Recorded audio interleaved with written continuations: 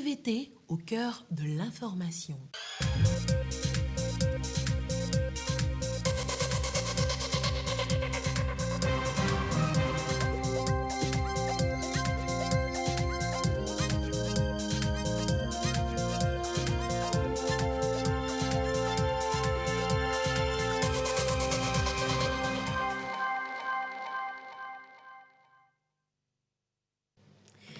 Heureuse de vous savoir au rendez-vous du journal sur la télévision togolaise. Madame, monsieur, bonsoir. Et voici les titres de ce journal. La lutte contre les violences sexuelles en milieu scolaire reçoit le soutien de partenaires de choix. Des ouvrages, véritables manuels d'éducation à la santé sexuelle, viennent d'être offerts aux apprenants via le ministère des enseignements primaires et secondaires. Leur contenu à découvrir dans ce journal. Et puis, une nouvelle vague de nouveaux volontaires d'engagement citoyen a prêté serment ce mardi à Lomé, s'engageant ainsi à œuvrer pour le développement de leur commune et localité. La précédente vague, elle, en fin de mission de volontariat, a reçu du matériel pour démarrer une activité génératrice de revenus. Les détails dans ce journal. Voilà donc pour les titres. Des bâtiments scolaires sont en construction dans certaines localités de la région de la Kara. Et c'est au titre du projet dénommé Projet d'aménagement de la qualité et de l'équité de base PAKEB. Une délégation du ministère en charge des enseignements primaires et secondaires a effectué une tournée d'inspection de l'état d'avancement de ces travaux. Le point avec Nestor Mozo sur place. Dans la région de la Kara, 5 établissements sont concernés par le PAKEB, projet d'amélioration de la qualité et de l'équité de l'éducation de base. Il s'agit des écoles primaires publiques de Matema Groupe B, de Nadoba Groupe C, de Sibouri et des collèges d'enseignement général de Warengo et de Koutougou, tous dans la préfecture de la Kéran. Le comité de coordination du PAKEB a fait le tour de ces établissements pour faire le suivi des travaux, presque 3 mois après la remise des sites aux entreprises retenues. Les bénéficiaires de ces travaux n'ont pas caché leur sentiment de gratitude à l'égard du gouvernement. Nous sommes très contents. Nous sommes très contents et nous remercions vraiment le chef de l'État. Même si on disait que demain ça va terminer, là ça serait plus même intéressant. Puisque nous avons des difficultés à l'accès là, surtout la Kéran là. Dans peu de temps, nos enfants seront à l'aise. Vraiment les mots nous manquent.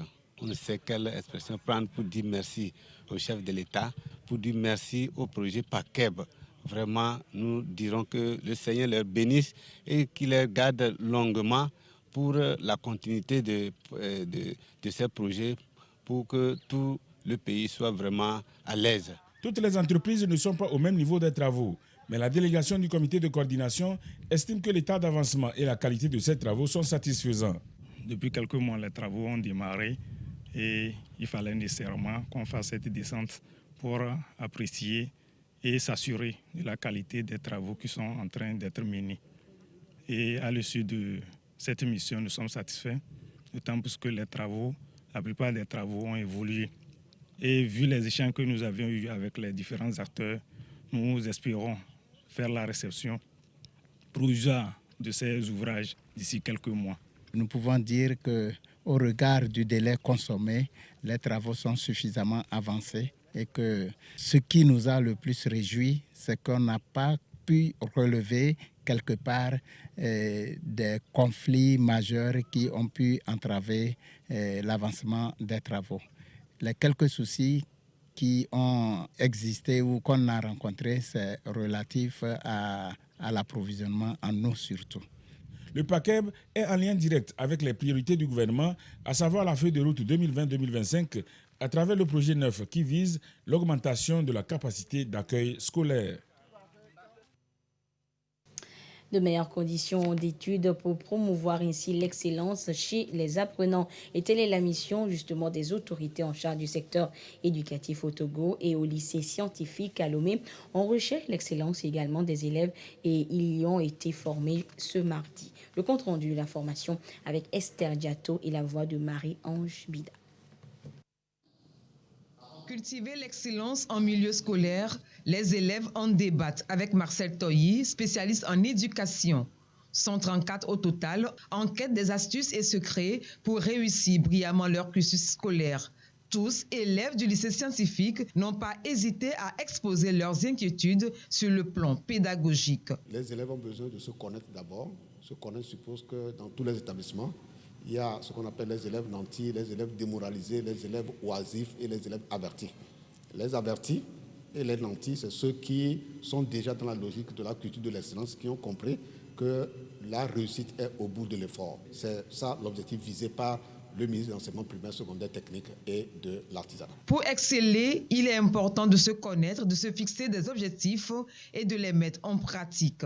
Et ça, les élèves du lycée scientifique l'ont bien compris. Le présentateur nous a parlé de la bonne manière d'apprendre.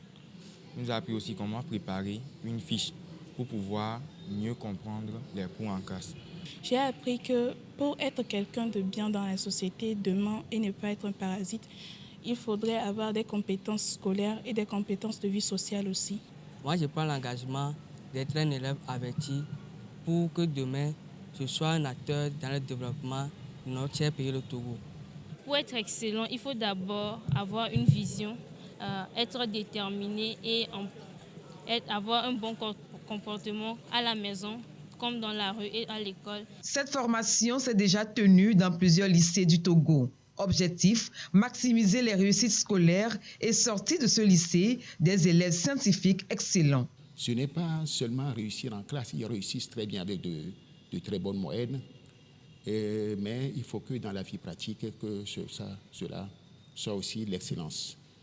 On peut décréter l'excellence, on peut mener des adultes, peuvent avoir des idées, mais si les élèves eux-mêmes ne portent pas cette idée, l'objectif ne sera pas atteint. Donc il y a nécessité de rencontrer des élèves et de leur parler de cette excellence-là. Cette initiative de plus qui vient en appui aux actions du gouvernement qui visent à promouvoir une éducation de qualité au Togo.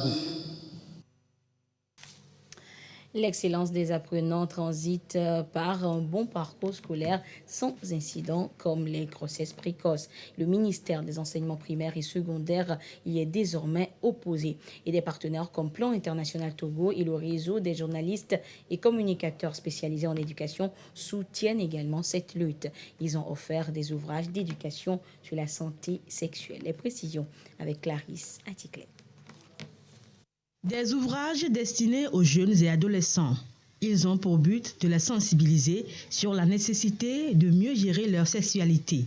1300 exemplaires mis à la disposition du ministère des enseignements primaires, secondaires, techniques et de l'artisanat par Plan International Togo. Le ministère, suite à un don de l'OMS, avait demandé à l'ensemble des partenaires de contribuer à la mise à disposition d'ouvrages pédagogiques de qualité et validés sur l'éducation sexuelle pour les jeunes filles, les jeunes garçons du Togo. Donc, Plan International, toujours dans sa perspective de soutenir le gouvernement du Togo en matière d'éducation de qualité et inclusive, a voulu apporter sa modeste contribution. Il n'y aurait pas eu de sens que nous allions chercher des auteurs ailleurs, là où la plume togolaise est de grande qualité et apporte de la satisfaction à la fois au ministère, mais également aux apprenants. Donc, c'est avec beaucoup de plaisir que nous valorisons les écrivains et l'écriture togolaise à travers ce don. Plan International Togo a en effet apporté l'appui financier et le réseau des journalistes et communicateurs spécialisés en éducation au Togo en a assuré la production. En tant que réseau des journalistes et communicateurs spécialisés en éducation, on s'est pris sur nous d'accompagner le ministère, d'accompagner les parents, d'accompagner les élèves pour qu'on puisse faire la communication sur ces documents afin qu'ils puissent comprendre l'enjeu, l'intérêt de prendre connaissance de ce qui est arrivé aux acteurs qui sont dans ces documents. Ces acteurs, c'est des élèves. Voilà, il y a une qui est morte par le fait des réseaux sociaux.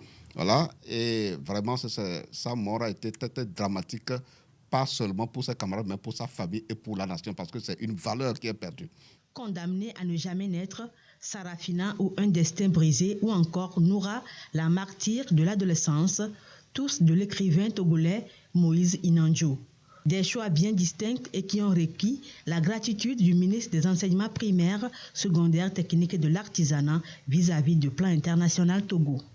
La spontanéité et la générosité sont au cœur de votre GESAL en aura du ministère, qui se veut un ministère de résultats, un ministère d'ambition et surtout de solutions par rapport aux objectifs contenus dans la feuille de route gouvernementale.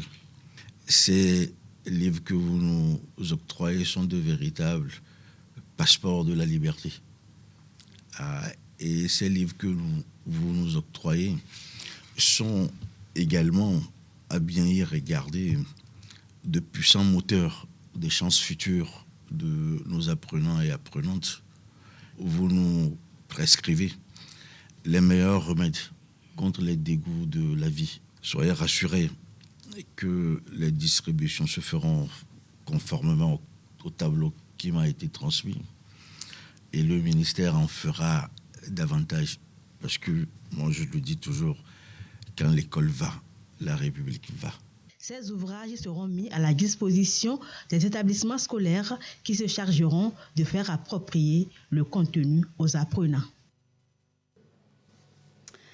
En avril prochain, 440 nouveaux volontaires et 30 volontaires seniors vont démarrer leur mission d'engagement citoyen dans les 117 communes du Togo. Mais cet après-midi à Lomé, c'est la 8e vague de volontaires d'engagement citoyen qui a prêté serment devant les autorités politiques, administratives et communautaires en s'engageant à servir le Togo et par ricochet leur communauté.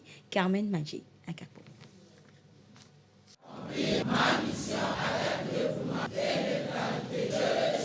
Cet acte marque le début d'une mission qui va durer 6 mois.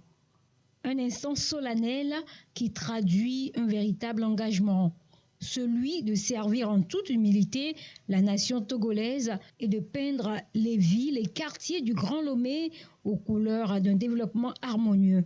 Matériel en main, Tilalo est prête à aller sur le terrain comme volontaire d'engagement citoyen début avril. Je suis très fière pour travailler pour le développement de ma commune.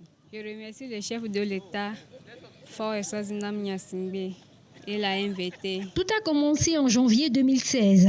Aujourd'hui, l'on en est à la 8e vague avec plus de 32 000 volontaires d'engagement citoyen mobilisés qui ont su mener des actions en faveur du bien-être des communautés. Ça a permis, en termes d'aide à la reconstruction de l'environnement, de planter des milliers d'arbres. Plus d'1 million d'arbres ont été plantés par ces jeunes. Le dégagement des dépotoirs sauvages, plus de 7000 dépotoirs sauvages ont été dégagés par ces jeunes. Et des espaces verts ont été créés par ces jeunes dans les communes. Ils s'occupent de curer des caniveaux. Ils s'occupent de l'enlèvement de tout ce qui n'est pas bon, de l'assainissement, de la sensibilisation des populations sur les différentes thématiques, notamment d'hygiène, de santé et beaucoup d'autres activités diverses que ces jeunes ont contribué à mener au sein de leur commune pour le bien-être des populations. Le volontariat d'engagement citoyen répond à un souci de créer des opportunités d'accès aux revenus et à l'insertion des jeunes, quelle que soit leur catégorie sociale ou leur niveau d'instruction. Pour Myriam Dossou d'Almeida, ministre du Développement à la base, il s'est révélé un incubateur de politique structurelle qui se veut inclusive. Vous devez donc saisir toutes ces opportunités, chers volontaires, pour réaliser vos rêves. En vous formant, en continuant de renforcer et de développer vos attitudes citoyennes en plus des valeurs morales, humaine et sociale, mais surtout en travaillant avec ardeur, constance, professionnalisme et détermination. À côté de cela, n'oubliez pas de vous préserver et de vous prémunir des fléaux sociaux. La drogue, l'alcool, le tabac, la prostitution, je dirais même la paresse, sont des maux que nous devons combattre au réveil et tout au long de nos journées, que ce soit dans nos maisons, dans nos quartiers, dans nos villes. Car le Togo a besoin de toutes les forces vives de notre pays pour relever les défis qui nous attendent. Depuis son démarrage, ce programme a été accompagné par plusieurs partenaires techniques et financiers, dont le PNUD. Et à la fin de leur mission, les volontaires reçoivent des kits d'accompagnement pour mettre en place une activité génératrice de revenus. Le processus d'élaboration du schéma national d'aménagement du territoire SNAT suit son processus ponctué de rencontres régionales, de collecte de données, des orientations pour enrichir le schéma. Et les différents acteurs au niveau de la région centrale se sont également prêtés à cet exercice, à se coder avec la délégation du ministère en charge de la planification. Le compte rendu sur place avec la correspondance de Désiré Aloy. Mesdames, Messieurs, les directeurs. Les acteurs régionaux centrales à la collecte des données, orientation et perception pour les différents programmes structurants et stratégiques afin de constituer un schéma en amont des projets à l'effet d'un aménagement équilibré du territoire. Cette ambition matérialisée permettra aux populations de s'auto-promouvoir sur place. Lorsque les ressources sont limitées, il faut pouvoir faire une bonne planification. C'est de la même manière que lorsque nous constatons que notre territoire est assez limité, avec tous les problèmes fonciers que nous avons aujourd'hui sur l'ensemble du territoire national, il faut pouvoir planifier la gestion de ce territoire.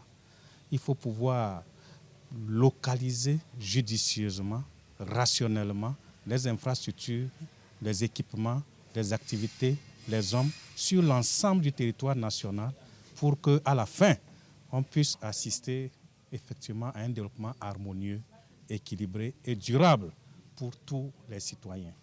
L'élaboration du schéma national d'aménagement du territoire SNAT va déceler des zones à accompagner écoles, hôpitaux, plateformes commerciales, routes et autres infrastructures dans l'objectif d'opérer une dynamique de développement global. Ensemble, tous les acteurs de développement, que ce soit les acteurs étatiques, des collectivités territoriales, du secteur privé, de la société civile, tous, chacun dans son domaine, essaie donc de relayer les préoccupations, les aspirations et le rôle stratégique que chaque région pourra jouer d'ici les 10-20 prochaines années pour aboutir à ce développement harmonieux, équilibré et durable.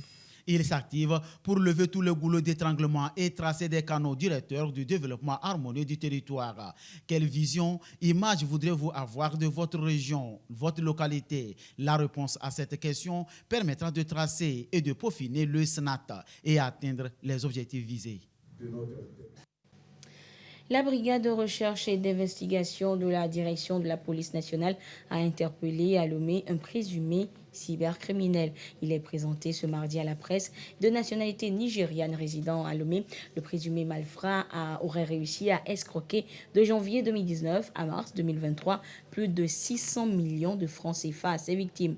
Et ces victimes, ce sont des entreprises et organisations humanitaires étrangères via un prétendu cabinet d'avocats à son compte. Le récit des faits avec le commissaire Messavi au micro de Sandra Aziagbe. L'individu interpellé que nous allons nommer ECJ vit de la cybercriminalité et a réussi à escroquer plus de 628 800 000 francs CFA entre janvier 2019 et mars 2023. Ces victimes sont généralement des entreprises et organisations humanitaires étrangères. Pour lui, tout allait bien jusqu'à ce que sa dernière victime, une entreprise espagnole, ne saisisse la police nationale pour enquêter sur un transfert de 3 000 € fait sur le compte bancaire d'un prétendu cabinet d'avocats dénommé Essentex Partners and Law Firm. L'enquête ouverte par la brigade de recherche et d'investigation de la Direction générale de la police nationale a permis de découvrir que le dit cabinet d'avocats n'existe pas et que le transfert de 3 000 € a plutôt été fait sur le compte bancaire de la société Essentex appartenant au nommé ECJ, revendeur de friperies de nationalité nigériane résidant à Lomé. Interpellé puis interrogé, ECJ a reconnu faire partie d'un vaste réseau bien organisé de cybercriminels. La suite des investigations a permis d'établir que ECJ et les autres membres du réseau utilisent des faux documents administratifs pour tromper la vigilance de leurs victimes. Ils leur font ensuite des propositions d'affaires juteuses au Togo. Une fois que les entreprises et organismes manifestent leur intérêt à la proposition d'affaires, ils sont mis en contact avec un fictif cabinet d'avocats à Lomé. Ce prétendu cabinet d'avocats facture de faux honoraires de prestations qui sont versés d'avance par les victimes. Dès que ces faux honoraires sont payés, ces cybercriminels n'hésitent pas à trouver un autre motif fallacieux pour soutirer encore plus d'argent à leurs victimes ou à rompre purement et simplement tout contact. Les fonds escroqués par les cybercriminels atterrissent sur les comptes bancaires de la société Essentex, du nommé ECJ. Selon les déclarations de ce dernier, ces fonds sont partagés entre lui et ses partenaires cybercriminels, au nombre desquels un certain Emmanuel et un nommé Papa Gabon. Avec de tels moyens, ces individus n'hésitent pas à financer d'autres activités criminelles. La police nationale appelle la population à plus de vigilance et à dénoncer aux forces de sécurité ces individus qui se livrent à cette activité criminelle qui est de nature à décourager les investisseurs étrangers. Les investigations se poursuivent en vue d'interpeller les éventuels co-auteurs et complices du nommé ECJ. Mais en attendant, ce dernier sera conduit devant le procureur de la République pour répondre de ses actes. Hors du Togo, face aux violentes manifestations au Kenya, le président de la Commission de l'Union africaine appelle les Kenyans à la réconciliation et à l'apaisement. Une demande réitérée par une douzaine de groupes de la société civile. Le président de la Commission de l'Union africaine, Moussa Faki Mahamat, a exprimé mardi sa profonde inquiétude face aux violences lors des manifestations au Kenya et a appelé tous les acteurs à faire preuve de calme afin de régler les différends dans l'intérêt de l'unité nationale et de la réconciliation. Ce plaidoyer intervient au lendemain de nouvelles manifestations émaillées de violences et de pillages, malgré la déclaration du gouvernement kényan selon laquelle elles sont illégales. Plus d'une douzaine de groupes de la société civile ont exprimé leur inquiétude dans une déclaration commune et ont exhorté les autorités à faire respecter le droit constitutionnel des personnes à manifester pacifiquement. Raila Odinga, chef de l'opposition, a appelé la population à manifester tous les lundis et jeudis contre le gouvernement du président William Ruto, accusé pour le taux record d'inflation et de chômage dans le pays. Depuis le début des manifestations, 2 personnes ont été tuées par balles et 23 policiers ont été blessés. Aux États-Unis, 3 écoliers et 3 adultes sont morts hier lundi sous les balles d'une femme de 28 ans. Elle a ouvert le feu dans une école primaire de Nashville qu'elle aurait fréquentée plus jeune. L'assaillante a été abattue par la police. Bientôt l'heure de la récréation à l'école paroissiale de Nashville. Au fond, le jardin d'enfants où les petits font de la balançoire. Une voiture cherche à se garer devant l'établissement. Le conducteur s'approche. Les portes vitrées explosent. Gilet noir, pantalon de camouflage et casquette de baseball, il arpente les couloirs, pointant un fusil semi-automatique. 10h13, premier appel au 911. Des agents se précipitent à l'intérieur. L'assaillant tue 6 personnes avant d'être abattu par la police 14 minutes plus tard. Le tireur est une femme, Audrey L., 28 ans. Nous avons un manifeste, nous avons des écrits concernant cette attaque, nous disposons d'un plan de la façon dont tout cela allait se dérouler. Il existe actuellement une théorie dont nous pourrons peut-être parler plus tard, mais elle n'est pas confirmée. Pour quelles raisons? Quel mobile? Les enquêteurs cherchent à savoir. Plus jeune, Audrey L. était élève dans cette institution chrétienne privée. Elle avait, selon la police, préparé cette attaque, et pas que celle-ci. Cette petite école n'était visiblement pas sa seule cible. Ces victimes sont des enfants. Ali, la fille du pasteur, Evelyn et William, âgés de 9 ans, et des membres du personnel, Mike, Cynthia et Catherine, tous la soixantaine. Les habitants de la ville ont organisé une veillée. Nous avons prié toute la journée. Nous nous sommes sentis obligés de venir ici pour montrer notre soutien à la communauté de Nashville. Un fusil d'assaut, une arme automatique et une arme de poing. Les autorités ont publié des photos, tout ce que l'assaillante portait sur elle. Nous devons faire davantage pour mettre fin à la violence armée. Elle déchire nos communautés, elle déchire l'âme de cette nation. J'appelle donc à nouveau le Congrès à adopter mon interdiction des fusils d'assaut.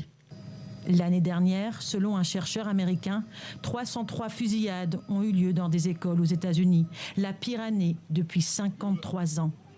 Depuis janvier, il en compte déjà près de 100. Et ainsi se referme cette édition. Merci de votre fidélité à la télévision togolaise. Excellente suite de nos programmes. Au revoir.